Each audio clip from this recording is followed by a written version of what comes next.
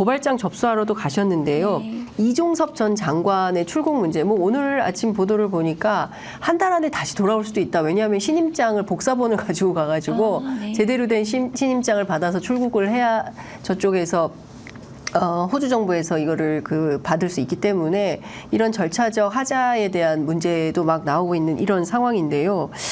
호주 대사로 해서 보냈거든요. 네. 그러니까 사실상 영전시켜서 네. 손준성 검사를 검사장으로 영전하고 뭐 이렇게 하던 것처럼 똑같은 방식인 건데 어제 외교부 장관, 법무부 장관, 윤석열 대통령 세 사람을 공수처에 고발하셨어요. 네. 어떤 취지인지. 저희 범인도피 범인도피. 있다. 예. 이 세 사람이. 네네. 예. 그렇습니다. 그래서 법무부는 이제 출금을 해제시켜 주었고, 네. 그 대통령과 외무부 장관은 호주 대사로 임명을 하면서 이종섭 전 장관은 그 최상병 전 순직 사건 그 수사무마 네. 의혹 관련해서 중대 범죄 혐의자죠. 네. 제가 검사 생활하면서 이런 중대범죄 혐의자를 출국을 시키고 네. 오히려 또 좋은 자리로 영전시키고 네. 이런 사례는 본 적이 없습니다. 그 윤석열 전 검찰총장은 본인이 특수부 검사였기 때문에 네. 이런 사건 수사를 어떻게 해야 되는지는 너무나 잘 알고 있죠. 처음에 수사가 시작되면 압수수색을 하고 네. 그 압수수색한 내용들을 포렌식을 하고 중요 참고인들을 모두 조사를 하고 네. 그리고 그 조사 결과에 따라서 네. 피의자는 맨 마지막에 부르는 거죠. 네. 그런데 이 사건 박정훈 대령은 이틀이나 조사를 받았다고 맞습니다. 합니다. 예. 굉장히 긴 시간을 예. 조사를 받았고 중요 참고인. 네. 그렇다면 이 이종섭 전 장관은 공수처에서 4시간 면죄부 조사를 받은 것이 아닌가. 네. 그리고는 출국을 시켰어요. 맞습니다. 그러면 이거는 수사의 ABC도 제대로 되지 않은 엉망진창 예. 이 절차인 네. 거거든요.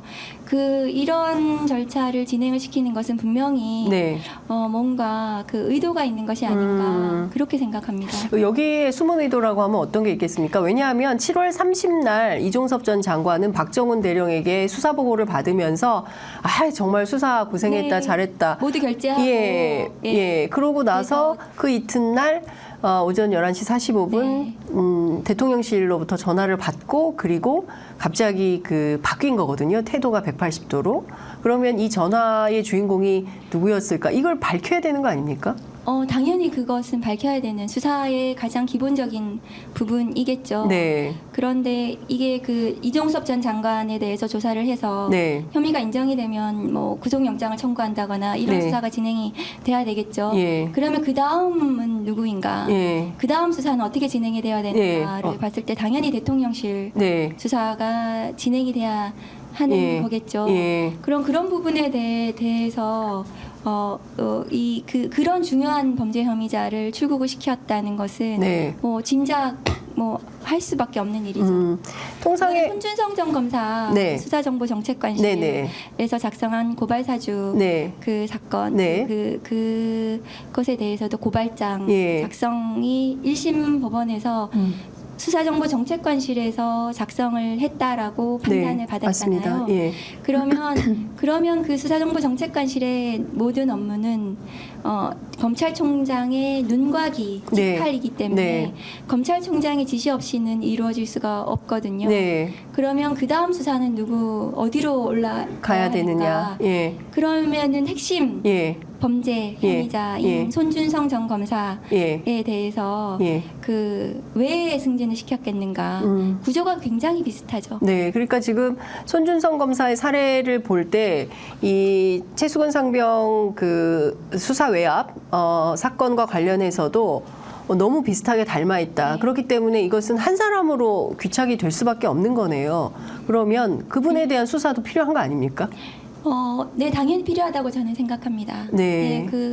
모든 법에는 성역이 없기 때문에 예. 당연히 수사해야 된다고 생각합니다. 네. 그리고 굉장히 중대한 사건이잖아요. 네. 수해복구 현장에서 예. 청년이 예. 목숨을 잃은 사안이고 네. 그 유족들의 절망감을 네. 우리가 생각해 봤을 때 네. 그 사건 수사는 제대로 진행이 돼야 된다. 그래서 반드시 밝혀야 한다라고 네. 생각합니다. 예.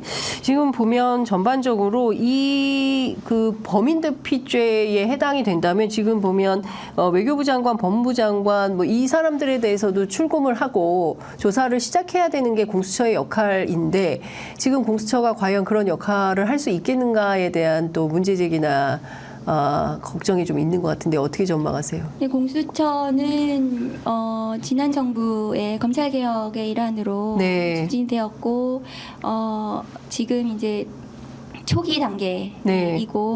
그래서 많은 분들이 좀 그 걱정스럽게 바라보는 부분이 있다고 저는 생각을 합니다. 네. 그렇지만 그 검찰의 기소권을 분리를 해서 어쨌든 네. 다른 국가기관이 그것을 가지게 되었고 네. 손준성 전 검사를 비롯한 고발사주 의혹 사건을 공수처가 네. 수사를 해서 네. 어쨌든 1심 유죄 판결을 받았잖아요. 예. 그런 면을 본다면 그게 만약에 검찰에서 그 수사를 진행을 했다면 예. 그 사건 수사가 제대로 진행이 되지 않았을 거라고 생각하거든요. 예. 그래서 앞으로 공수처에서 그 어쨌든 좀 그 제대로 정립을 시켜가지고 네. 해야 된다. 그리고 그 공수처에서 검사들의 네. 비위 의혹을 수사를 할 수가 있거든요. 네. 대상이 이제 검사들, 판검사들이기 때문에 그렇다면 검찰 입장에서는 지금 벌어지고 있는 그 많은 국민적 의혹 사건들 네. 수사를 제대로 하지 않는다면 네. 내가 공수처의 수사를 받을 수도 있겠구나 이런 생각들을 할 거예요 아마. 그렇다면 그 부분이 그러니까 우리 말고 네. 다른 곳에서 수사를 할 수 있다. 이건 굉장히 큰 거죠. 그런 부분들은. 그렇습니다. 예. 그러니까 사실 중요한 거는 공수처도 조금 뭐 검찰까지는 아니어도 어느 정도의 그 파일을 키워서 좀 수사에 좀 이렇게 적극적으로 수사할 수 있는 인력이 좀 필요한 거 아니냐. 너무 뭐 파출소처럼 이렇게 작은 소규모로 만들어 놓고 형식만 갖춰 놓으니 실제로 그 역량을 발휘할 수 없게 되는 거 아니냐. 이런 비판도 법조 안에는 있는 것 같더라고요. 네, 맞습니다. 예. 처음에는 아마 조금 더 큰 규모의 그 기관을 이렇게 예상을 하고 진행이 되다가 네. 나중에 좀 축소가 된 것으로 알고 있어요. 네. 그건 아마 그 다음 국회나 네. 다음에 이제 검찰개혁 관련해가지고 공수처를 어떻게 우리가 바꿀 건지. 바꾸고 제대로 역할을 할 수 있도록 할 것인지를 이제 고민해 봐야 되고 그거는 이제 수사권, 기소권 분리, 수사권의 또 어쨌든 재비치, 분산 재비치와 관련해서 네. 전 큰 틀에서 그거를 아마 논의해 봐야 되겠다 생각합니다. 네. 그러니까 사실상 이제 검찰총장 출신인 윤석열 대통령이 본인과 가까운 사람들의 범죄 혐의를 가리고자 모든 그 이제 역사를 바꾸고자 하는 과정에서 조국 혁신당이 어쨌든 이건 아니고 이런 전문성을 가지고 이렇게 바꿔보겠다라고 나선 걸로 저희가 이해가 좀 되고 있습니다. 새로 공수처장으로 오실 분이 윤석열 대통령과 매우 가까운 분인 네. 걸로 전해지고 있습니다. 그분이 와서 실제로 공수처의 이 최상병 사건과 관련된 수사팀이 제대로 좀 수사를 할 수 있겠느냐, 오히려 또 방해해서 수사방해 사건, 그래서 제2의 박정훈이 또 나올 가능성, 이와 관련해서 그 김정민 변호사가 상당히 우려를 하고 있거든요. 이 점에 대해서는 조국혁신당이 뭐 어떤 역할을 할 수 있을까요? 공수처가 그 부분 제대로 수사를 할 수 있도록 예. 정치권에서도 계속 관심을 가져야 된다고 생각을 하고 네. 그러나 뭐 윤석열 대통령 측근을 예. 또 공수처장으로 임명을 한다면 네. 지금의 검찰과 똑같은. 무엇이 다르겠는가 뭐 예. 그런 우려는 있습니다. 예. 그러니까 사실상 검찰과 비슷한 조직이 또 하나 생기는 것이고 사실은 여기에서 그 대한민국의 그 뭐 장관급 이상의 주요 범죄 혐의가 있는 대목에 대해서 적극적으로 수사를 해야 되는데 고위공직자들에 대한 수사 자체가 제대로 안 이루어질 가능성도 오히려 더 커지는 거다. 이거를 바꾸려면 어떻게 해야 됩니까? 지금은 어쩔 수 없는 거 아닙니까? 새로 신임 공수처장이 오게 되고 이 기조를 바꿔버리면 그 안에서 수사를 적극적으로 할 수 없게 되는 거 아닐까요? 그래서 아마 제2의 이제 박정대령 네. 건을 또 걱정을 하시는 것 같고요. 네. 그래서 뭐 다음 국회에서 그 부분에 대해서도 좀 네. 더 적극적으로 음. 만일에 그렇다면은 지금 이제 최상병 관련한 특검이 네. 또 돼 발의되어 있죠. 있잖아요. 예. 그러면 이 공수처든 검찰이든 공정하게 수사를 할 수가 없다고 판단되면은 네. 그 대통령으로부터 독립된 특검에서 이 네. 사건 수사를 제대로 할 수 있도록 해야 되고 국회가 그 부분에 힘을 모아야 된다고 네. 생각합니다. 그렇습니다.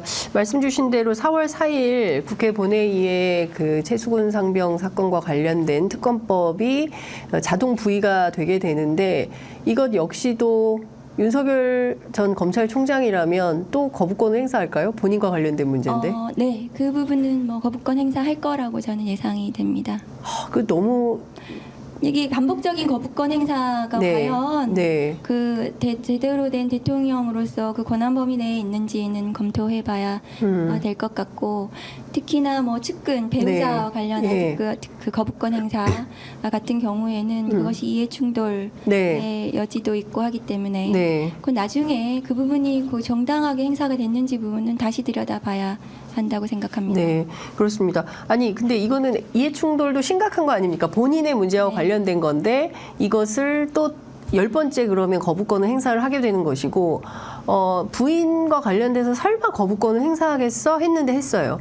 그런데 본인과 관련된 문제도 거부권을 또 행사할 거라고 100% 그렇게 보시는 겁니까? 박은정 검사님은?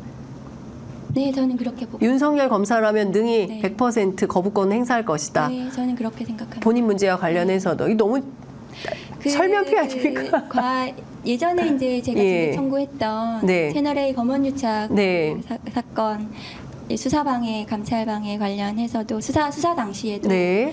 그 당시에 본인이 한동훈 전 검사장과의 특별한 이해관계 때문에 예. 그 본인이 수사 지휘를 하지 않겠다라고 네. 선언을 하고 대검 부장회의에 일임을 네. 했는데도 네. 그 후에 이제 이 수사가 진행이 되고 한동훈 전 검사장을 피의자로 특정이 되고 네. 휴대폰 압수수색이 되고 뭐 이런 과정에서 네. 그 수사 지휘를 하지 않겠다는 선언을 번복을 했어요. 그 당시에도. 그 당시에도. 네, 그 당시에도 번복을 하고 그 후에 이제 본인이 직접 네. 수사 자문단을 소집을 하고 예. 했던 그 사례가 있기 때문에 네. 그 모든 사건에서 예. 비슷하게 저는 갈 거라고 생각합니다. 이야, 제가 보기에는 이게 정말 납득할 수 있는 일인가 싶습니다.